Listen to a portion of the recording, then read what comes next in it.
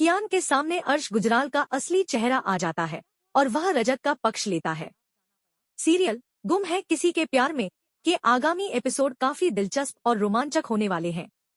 इन episodes में दिखाया जाएगा कि कोर्ट केस में रजत जीत जाता है और कियान और आशिका को इस मामले से पूरी तरह बचाने में सफल होता है।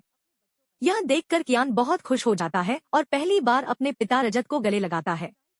इस पल में रजत बेहद भावुक हो जाता है और उनकी आंखों से खुशी के आंसू बहने लगते हैं। उनके बीच की दूरी कम होने लगती है। दूसरी ओर अर्श गुजराल रजत और आशिका के बीच बढ़ती नजदीकी से जलने लगता है और मन ही मन ठान लेता है कि वह आशिका को सबक सिखाएगा। गुस्से में वह आशिका के पास जाता है और उसे बुरा भला कहता है। इस पर आशिका भी पलटकर जवाब देती है कि उसने उसकी कोई मदद नहीं की बल्कि परेशानी ही बढ़ाई। वह रजत पर आरोप लगाने के लिए अर्श को फटकारती है। इस बहस के दौरान अर्श गुजराल आशिका को थप्पड़ मार देता है और धक्का देकर गिरा देता है। यह देखकर कियान पूरी तरह से स्तब्ध हो जाता है और उसे यकीन नहीं होता कि अर्श इतना घटिया इंसान है। कियान रोते हुए अपने कमरे में चला जाता है और रजत को फोन कर पूरी घटना बताता है। यह सुनकर रजत भी दुखी होता है और कियान को सांत्वना देने की कोशिश करता है। अगले दिन कियान रजत से मिलने जाता है और उनसे गले लगकर माफी मांगता है।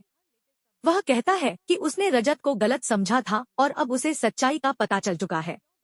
वह रजत को एक अच्छा इंसान मानते हुए अपने पिछले व्यवहार पर शर्मिंदगी जताता है। यह सुनकर रजत का दिल पिघल जाता है और उनकी आंखों से खुशी के आंसू बहने लगते हैं।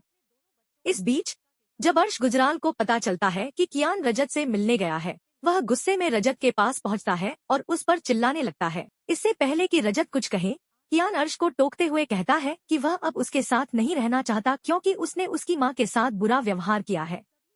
वह अर्श को सख्ती से वहां से जाने को कहता है। अर्श उसे समझाने की कोशिश करता है लेकिन कियान उसकी कोई बात नहीं मानता। आखिरकार अर्श हार मानकर लौट जाता है। इसके बाद रजत कियान को अपने घर लाता है। परिवार के सभी सदस्य कियान को देखकर बहुत खुश होते हैं। कियान घोषणा करता है कि वह अब हमेशा के लिए अपने पिता के साथ रहना चाहता है। यह सुनकर सभी की आंखों में खुशी के आंसू आ जाते हैं।